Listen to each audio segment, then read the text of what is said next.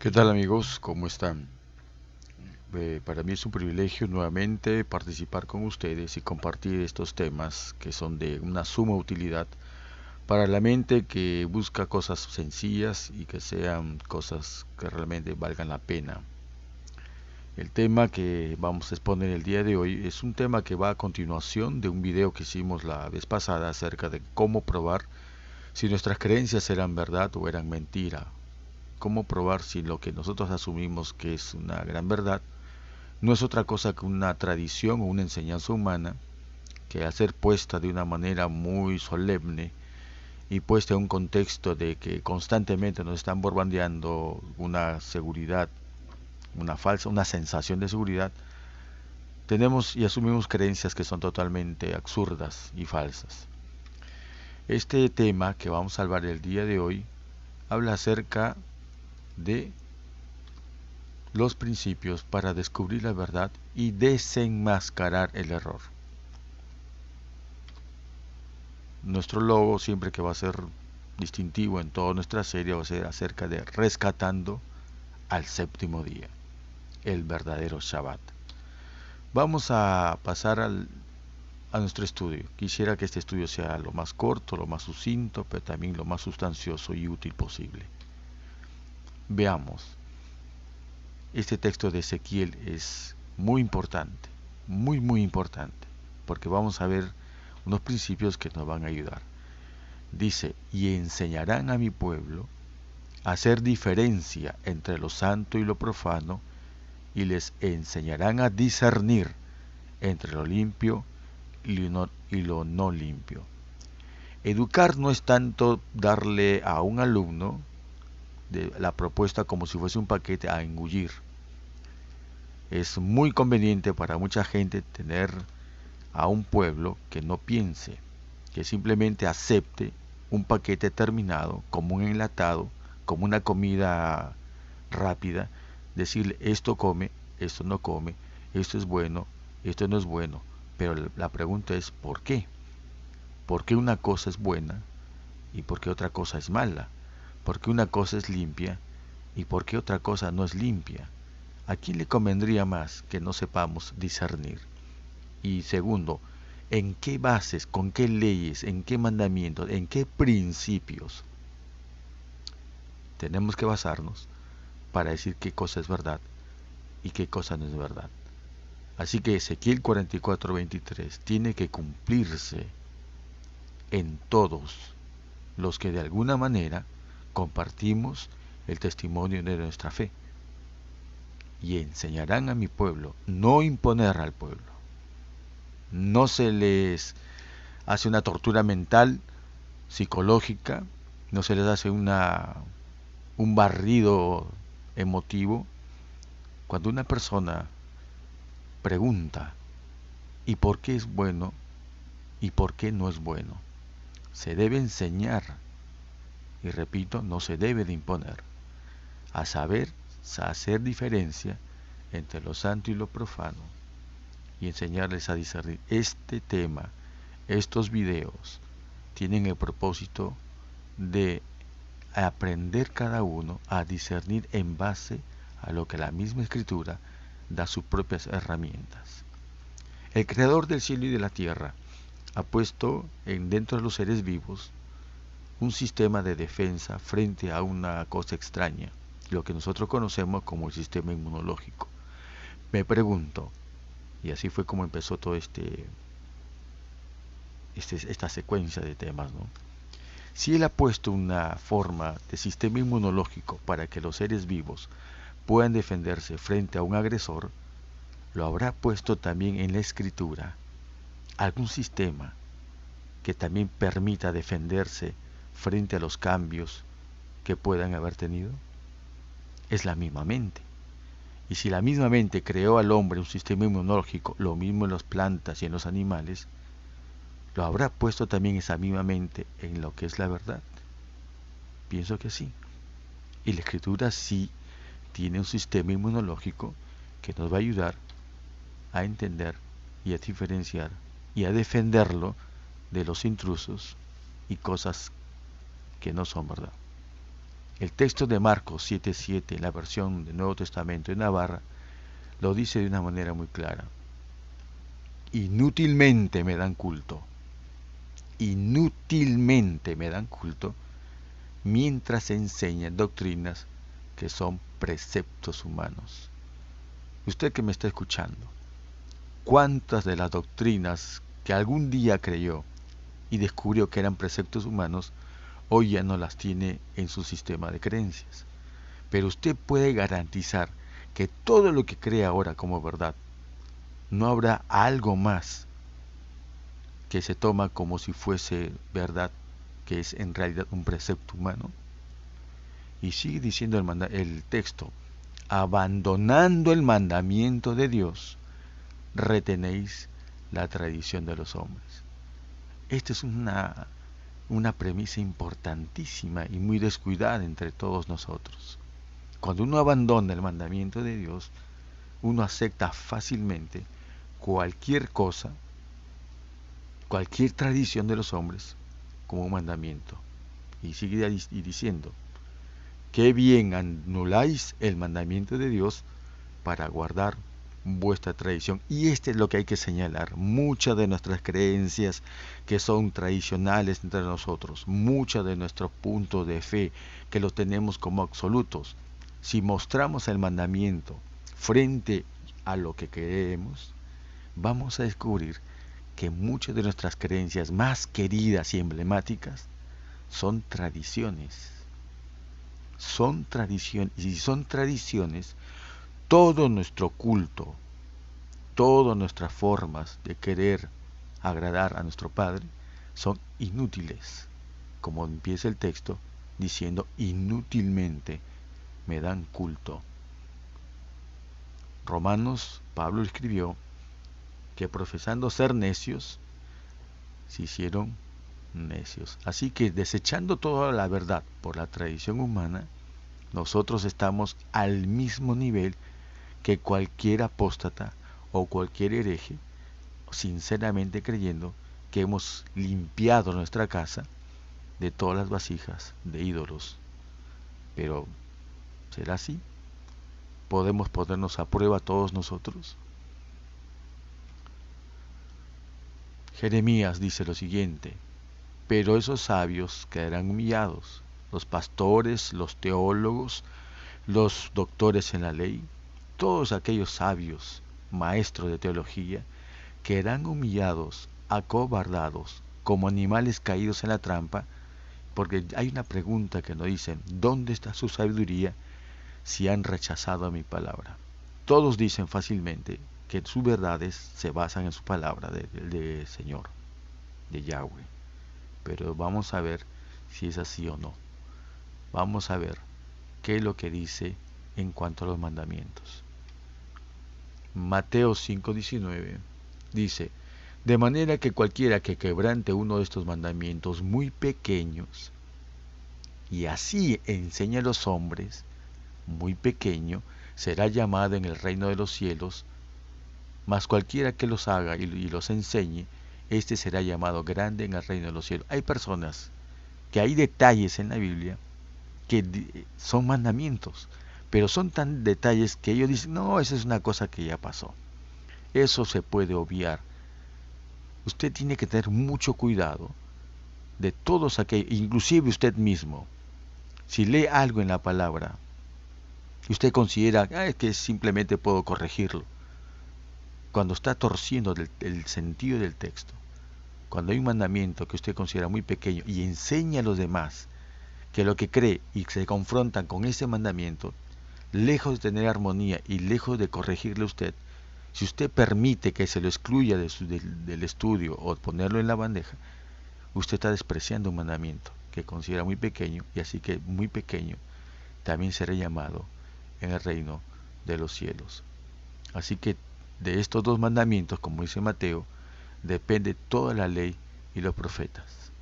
De todos estos dos mandamientos, y habla acerca de los dos mandamientos que era acerca del amor al Padre y el amor al prójimo. La ley depende de los mandamientos. Así que si en el futuro leemos de que tendrá un pueblo que guarde los mandamientos, tendrán que ser todos los mandamientos y no solamente la ley, que significa los 10 palabras que se le dio a Moisés en el Sinaí. Mandamiento es toda cosa que se nos ordena. Leamos lo que dice en Marcos. Marcos capítulo 7 dice, pues en vano me honran, enseñando como doctrinas mandamiento de hombres, porque dejando el mandamiento de Dios, os aferréis a la tradición de los hombres. Qué terrible. Hay, como repito, tenemos creencias dentro de nuestro sistema de fe que en realidad son tradiciones y no son mandamientos. El propósito de este estudio, de estos videos, es mostrar cuáles son esos mandamientos que llamamos pequeños y que lo obviamos como si fuese polvo de los zapatos, pero que no se puede quitar. Mire lo que dice el versículo 9. Les decía también, bien invalidáis el mandamiento de Dios para guardar vuestra tradición. Y este texto se lo voy a resaltar siempre. Hay tradiciones que guardamos simplemente porque hemos dado una patada a un mandamiento que lo consideramos pequeño y que no debe perturbar lo que ahora nosotros creemos como enseñanza absoluta, pero que proviene de los hombres. ¿Cuáles son esos principios básicos para considerar lo que es verdad y lo que es tradición o enseñanzas humanas? Este pensamiento me pareció adecuado colocarlo porque resume en sus palabras la mejor manera de decir este punto. Dice, si bien es cierto que la inteligencia de los hombres no es capaz de penetrar en los consejos del Eterno, ni de comprender enteramente el modo en que se cumplen sus designios, el hecho de que le resulten tan vagos los mensajes del cielo se debe con frecuencia a algún error o descuido de su parte.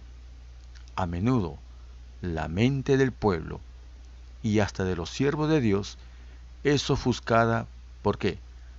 Por las opiniones humanas, por las tradiciones y las falsas enseñanzas de los hombres, de suerte que no alcanzan a comprender más que parcialmente las grandes cosas que Dios reveló en su palabra. ¿Qué es lo que obstruye entender la verdad? ¿Por qué creen que el Mesías no ha venido aún? Todos saben que él tiene un reloj, y dentro de su reloj muchos dicen, de nada me vale ni apresurar ni demorar, porque él tiene un reloj y él vendrá en su momento. Pero yo les voy a decir algo, meditando acerca de estas cosas.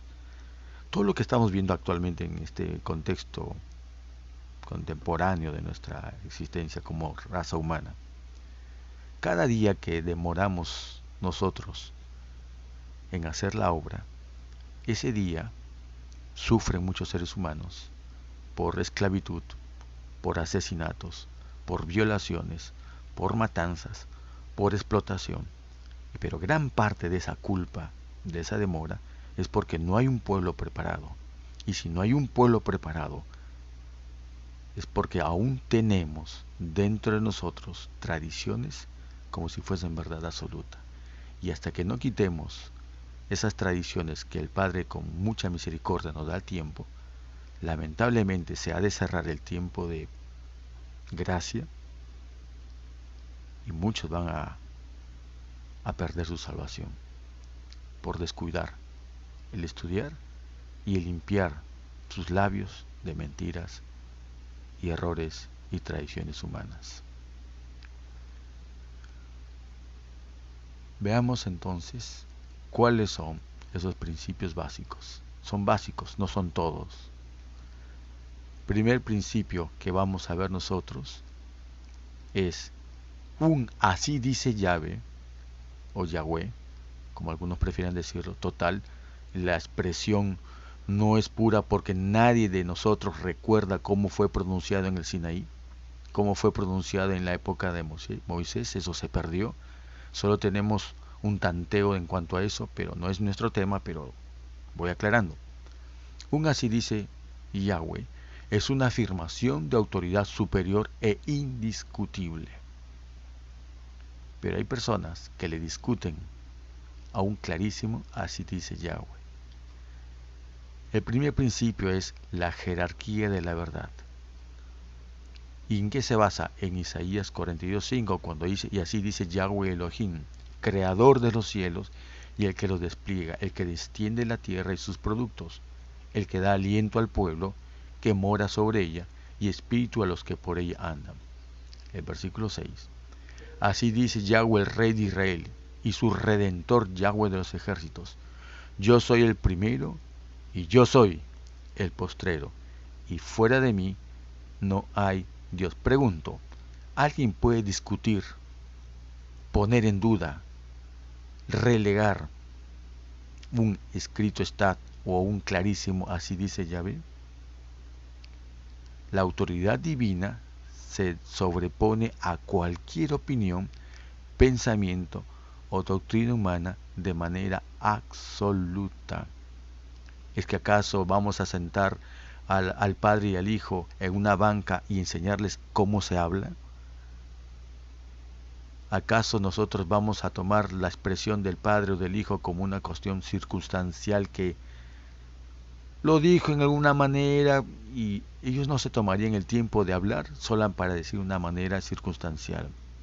La palabra, así dice Yahweh, no tiene caducidad.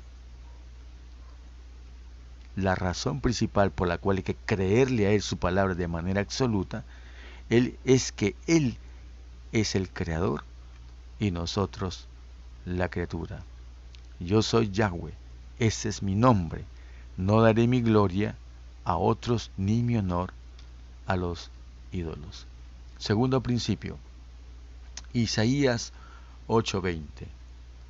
A la ley y al testimonio. Si no dijeren conforme a esto, es porque no les ha amanecido. Dos cosas, los pilares de la verdad. La primera que vimos fue la jerarquía de la verdad. Ahora, los pilares de la verdad se basan en un lado lo que es la ley y en el otro lado lo que es el testimonio. Ata el testimonio y sella la ley entre mis discípulos. Juan lo dijo, lo escribió lo que dijo, porque si creyeseis a Moisés, me creeríais a mí, porque de mí escribió él. Y el versículo que sigue dice, pero si no creéis a sus escritos, ¿cómo creeréis a mis palabras? No debemos usar ninguna fuente extra bíblica. Y esa es una recomendación que nosotros la hemos pasado por alto y le hemos consentido. Fuera de la escritura, que es la ley y el testimonio, en un solo compendio que llamamos Biblia, es lo suficiente para entender lo que es verdad. ¿Por qué? Porque la palabra de Él es verdad y no hay mentira. Tercer principio. Toda la escritura es inspirada por Dios. Toda, no una parte. El tercer principio es la fuente de la verdad. Es obligatorio tomarla completa y no parcial. Hay personas muy sinceras que tan solo en un capítulo o en un versículo o en un texto pretenden hacer una doctrina columna vertebral desechando los otros textos que pueden dar más luz para entender de una manera proporcional lo que es el mensaje que esté ahí. No debemos consentir que tan solo para un tema se escoja un tema, un verso, un capítulo o un libro. La palabra de Yahweh es tan autoridad en cualquiera de las etapas del tiempo que Él las ha expresado. Como hemos dicho, la palabra de Yahweh no tiene caducidad. No es más santa en otras y menos santa en otra. No es más importante en un libro y menos importante en otro libro. Eso no es así. Las escudriñad las escrituras porque a nosotros nos parece que en ellas tenemos la vida eterna, no en otros libros. Cuarto principio, 2 o 3 testigos.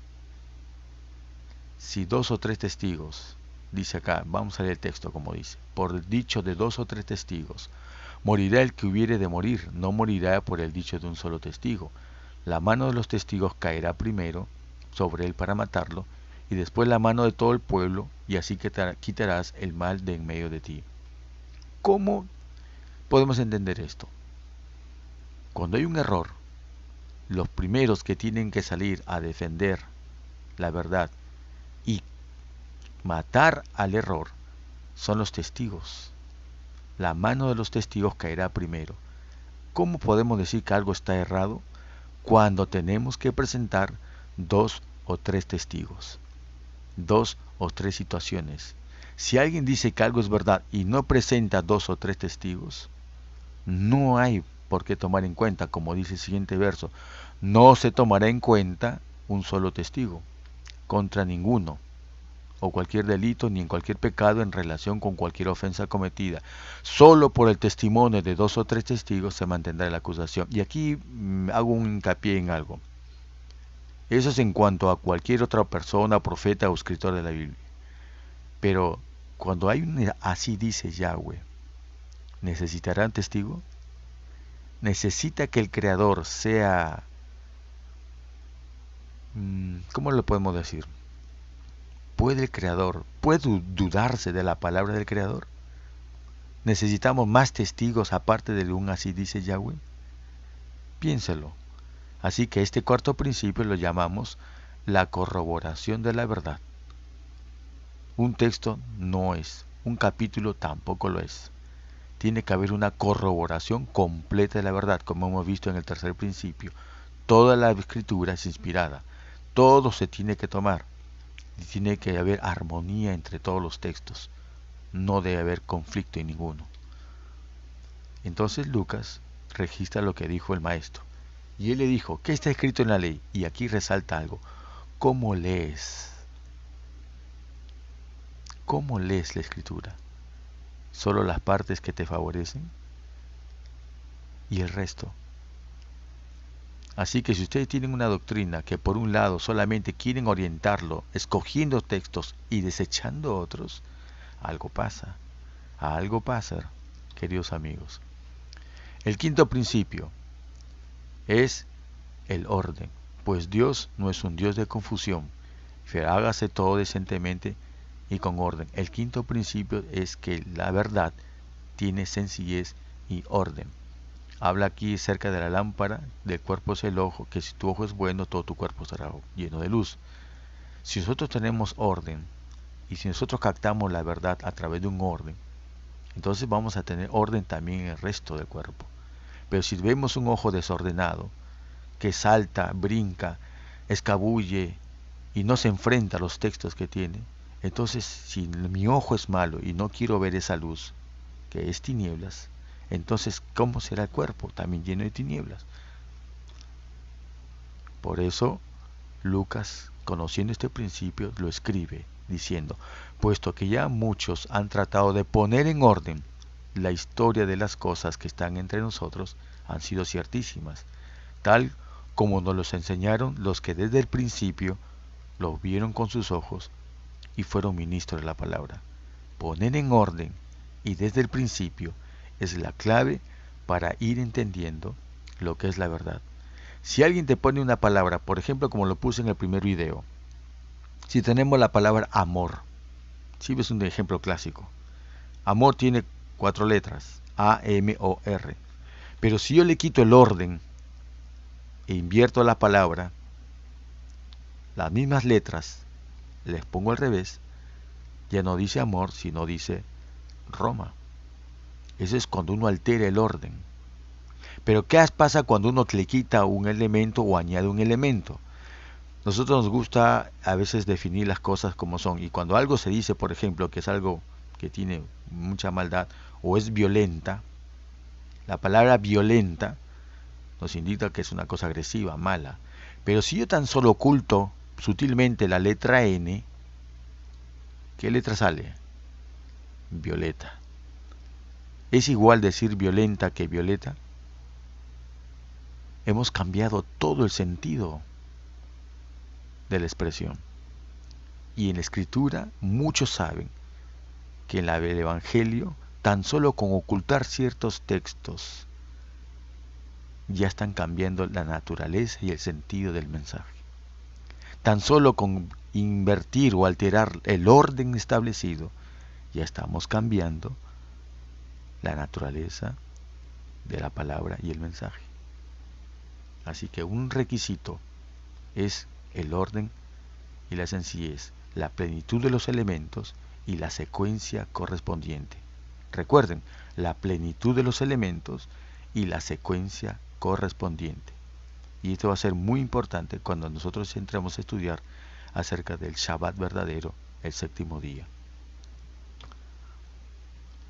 El sexto principio, que muchas personas olímpicamente llaman un mandamiento pequeño que solamente sirvió para el Antiguo Testamento. Pero caramba, cómo nos es útil para descubrir cuando nos están vendiendo un error como si fuese verdad. Cuando dice lo siguiente, el principio es el siguiente, sobre Levítico y Éxodo: mis estatutos guardarás, no harás ayuntar tu ganado con animales de otra especie, tu campo no me sembrarás con mezcla de semillas, y no te pondrás vestidos con mezcla de hilos. El principio de la condición indispensable de la verdad, ¿cuál es? La condición indispensable de la verdad es que nosotros no debemos cambiar ni mezclar las cosas. Y ponemos aquí el ejemplo de Levítico cuando habla de los hijos de Aarón, que tomaron cada uno un brasero y le pusieron en ellos incienso y fuego, y ofrecieron al Señor un fuego extraño que Él no les había ordenado usar. Usar cosas que la cual no son legítimas, mezclar cosas profano con santo y creer decir que todo es santo, es una de las condiciones indispensables para saber si algo es verdad o algo es mentira. Si usted tiene un envase y usted en el envase usted ve un rótulo que dice azúcar, usted cree que en ese frasco usted se confía de que en ese frasco hay azúcar. Pero ¿qué pasa si en ese frasco que tiene un rótulo que dice azúcar, usted lejos de echar azúcar le echa sal? Y cuando usted va a endulzar cualquiera de sus bebidas, la honestidad de creer de que tiene azúcar cambiará la naturaleza de la sal. No, claro que no. No por llamar a algo con un nombre necesariamente tiene que ser de la misma naturaleza de la etiqueta. La gente le ha cambiado. Nosotros hemos confiado como niños que lo que se nos dice que está rotulado es lo que contiene. Tenemos que comprobarlo. Tenemos que verificar que lo que dice el rótulo de un envase sea correspondiente a lo que esté dentro de ese envase. Y esa es otra condición indispensable para saber si es verdad. No porque llamen a algo bueno, debe ser necesariamente bueno. Puedo agarrar una estatua, un ídolo, vestirlo como santo y presentarlo a todos como un santo, solo porque tiene el hábito. Tan inocentes hemos sido. Pero otros, se escandalizan si nosotros tomáramos a prueba eso. Debemos de probar la verdad. Todo lo que tiene etiquetado, tenemos que saber que la etiqueta debe corresponder a lo que tiene como esencia. No porque yo haga una galleta, una masa de harina con polvo de hornear y saque un molde de un animalito, por ejemplo de un caballito, y porque tiene forma de caballo, no necesariamente tiene que ser un caballo. Puede tener la forma, pero su esencia no corresponde a su forma. Y viceversa. Eso tenemos que comprobarlo. Porque el principio y la condición indispensable de la verdad es que no debemos de mezclar y no debemos de adulterar las cosas. Así que, como dice Efesios, el apóstol Pablo, para que ya no seamos niños fluctuantes. O sea, lo que leímos de Ezequiel, ¿recuerdan? En Ezequiel cuando habla de que nosotros debemos ser un pueblo que debe aprender a saber la diferencia entre lo puro y lo impuro, entre lo limpio y lo inmundo, entre la verdad y el error. Ya no debemos ser niños que tenemos que depender de otros para que nos digan: hermano, ¿esto es bueno o esto es malo? Pastor, ¿esto es verdad o es mentira? Recuerden, los hombres enseñan errores. Y la responsabilidad personal es que ya no seamos niños fluctuantes llevados por doquier de todo viento de doctrina, por estratagema de hombres, para engañar, emplean con astucias las artimañas del error. Esas artimañas del error están en el primer video que hemos colocado, acerca de cómo probar nuestras creencias si son verdad o son mentiras. Les invito a verlo nuevamente, a fin de que complemente con este tema de que estamos haciendo el día de hoy. Entonces vemos que los principios básicos para distinguir la verdad y el error son básicamente un resumen de: primero, así dice Yahweh. Es una afirmación de autoridad superior e indiscutible. Yahweh no requiere de testigos ni de nadie, puesto que Él es incuestionable y supremo. Segundo principio, Isaías 8:20. A la ley y al testimonio no debemos permitir que una fuente extra bíblica, como libros apócrifos, como profetas, como pensadores, como teólogos, o como escuelas, o como sectas, o como culturas, permitirles a ellos que nos vengan a decir que es verdad, porque la Biblia es suficiente por sí misma para decirnos que es verdad. El tercer principio: la fuente de la Biblia es completa, no parcial, no parte de ella, seleccionando unas cosas y descartando otras. Cuarto principio: la verdad debe ser corroborada por 2 o 3 testigos. Quinto principio: la verdad tiene sencillez, tiene orden, tiene la plenitud de los elementos y tiene el orden correspondiente. Recuerden, plenitud de los elementos y el orden correspondiente. Si usted altera el orden o le quita el número de elementos, usted ya cambió totalmente lo que es la verdad.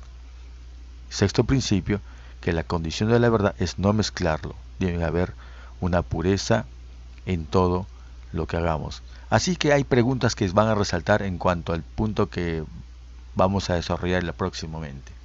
El séptimo día, por ejemplo. Sécase la hierba, marchítase la flor, mas la palabra del Dios nuestro permanece para siempre. Así de que si lo que fue un séptimo día verdadero fue en el Edén, lo va a ser un séptimo día a través de su cumplimiento y el testimonio de la obediencia. Y lo va a hacer en el pasado, lo va a hacer en el presente, y tiene que ser lo mismo que se ha de observar en el futuro. Es el sábado, séptimo día de la semana moderna, el mismo séptimo día de reposo divino en el Edén. ¿Es verdad que los judíos nunca han cambiado el día de reposo? ¿Fue Israel a alguna campaña militar en un día de reposo? ¿Da lo mismo decir sábado o Shabbat? ¿Son las semanas ciclos continuos? ¿Es el sol quien señala el séptimo día, si fue también creado en el cuarto día, al igual que la luna? ¿Es la esencia del Shabbat la misma que del sábado? Recuerden lo que les dije.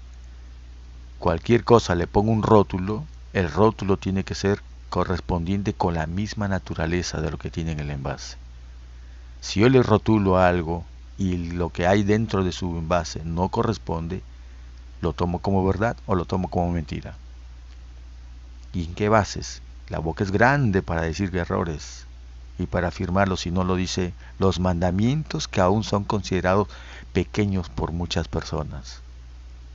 Hay que ir apuntando en obedecer la ley de Yahweh. Ahora veamos qué cosa pasó con el rey de Babilonia. Nehemías escribe esto: y habló delante de sus hermanos y del ejército de Samaria y dijo: ¿qué hacen estos débiles judíos? Débiles judíos. Los pocos que defienden la verdad son considerados débiles.